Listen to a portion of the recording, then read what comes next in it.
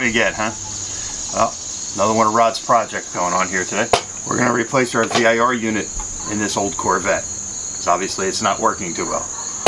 Along with that, I'm going to replace the suction and high pressure hose. This is going to take some time. We're going to have to remove the hood, so stay tuned. We're going to have a lot of fun with this. One main component is a compressor. The compressor is basically a pump. All it does is suck the Freon and push the Freon into the high side.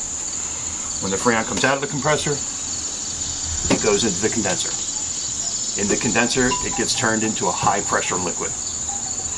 As the high pressure liquid flows through these thinner lines, it enters the VIR unit. Inside the VIR unit is a small valve, they call it an expansion valve, which at that point allows the high pressure to become a low pressure and turn into a vapor, such as this.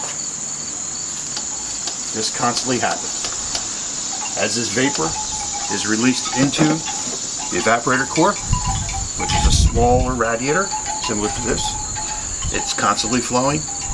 It cools the evaporator core down, and the air from inside the car is blowing across it. It may be 80 degrees inside the car, 90 degrees inside the car, going across this cold coil. It lowers the temperature of the air, and then you have outlet air coming into the car, which may be 38 to 45 degrees, depending on the outside temperature. At that time, it becomes a very low pressure gas. The compressor sucks it out of the bottom of the evaporator, back into the compressor, and back into the condenser. And it's a constant cycle. Now in this car, it has a very complicated unit. They call it a VIR unit. There's a series of valves inside that do different things. We're going to eliminate this and use a much more up-to-date unit, which will turn the compressor into an oscillating type compressor.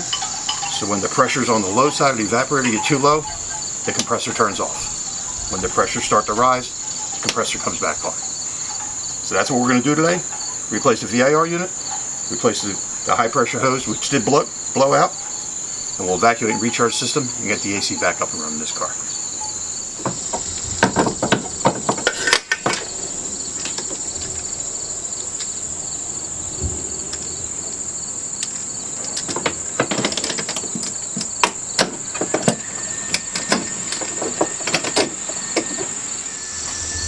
Okay, so right now I'm running into a problem. Due to the configuration of the new units, I have to find a way to get the hoses inside there and still get the evaporator in its box. Actually, I mean the accumulator.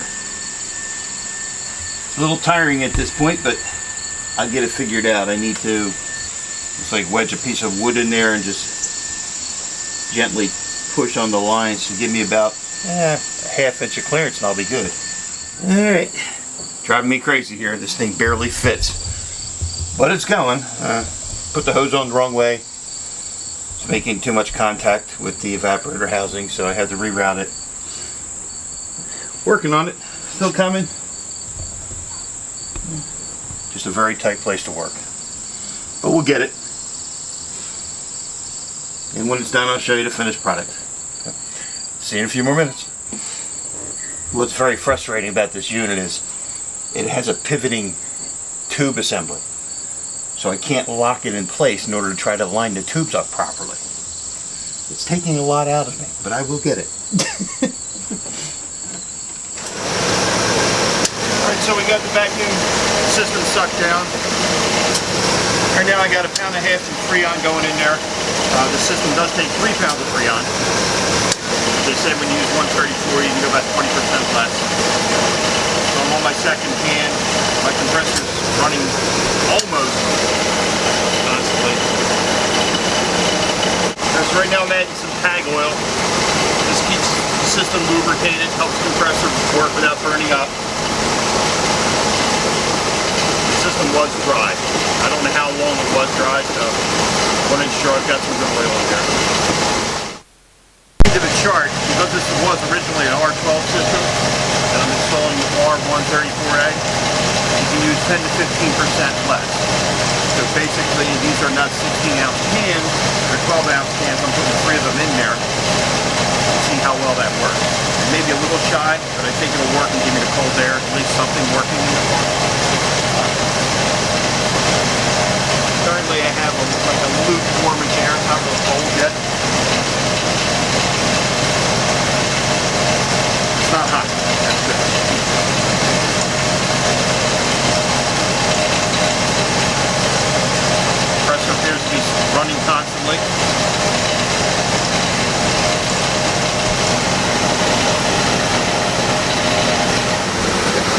still have some air bubbles in the sight glass, so I'm adding a little bit more Freon.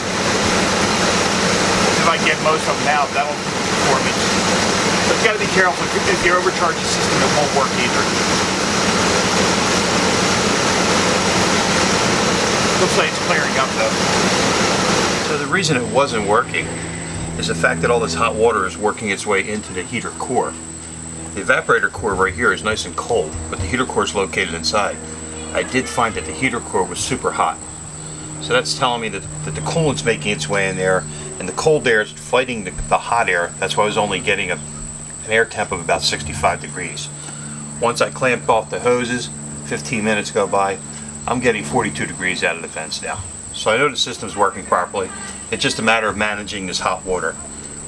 I'm going to find out if I have to put some sort of heater control valve in here, or simply I'll just put a shut-off valve in here so in the summertime I can turn off the heat. Okay, so we definitely have an AC system that works properly. The return pipe is ice cold, the pressures are good, but we're having a problem with it still not getting ice cold inside. Clamped off the heater hoses, let it run for about 15 minutes, and it's ice cold inside. So I can see that there is not a heater control valve on this car. I don't know if someone took it off, so I'm going to have to venture in and see what's going on with that. In the meantime, I'll just use some simple clamps to keep the water from flowing into the heater core, and I'll be able to drive this around on nice hot days. So until next time, when you people come and see me again, we'll be working on a 350Z, 350Z, and replacing a window regulator and run channel on that thing. That'll be a lot of fun. Thanks for coming by. Hope you enjoyed my '77 Corvette. Have a great day. Take care.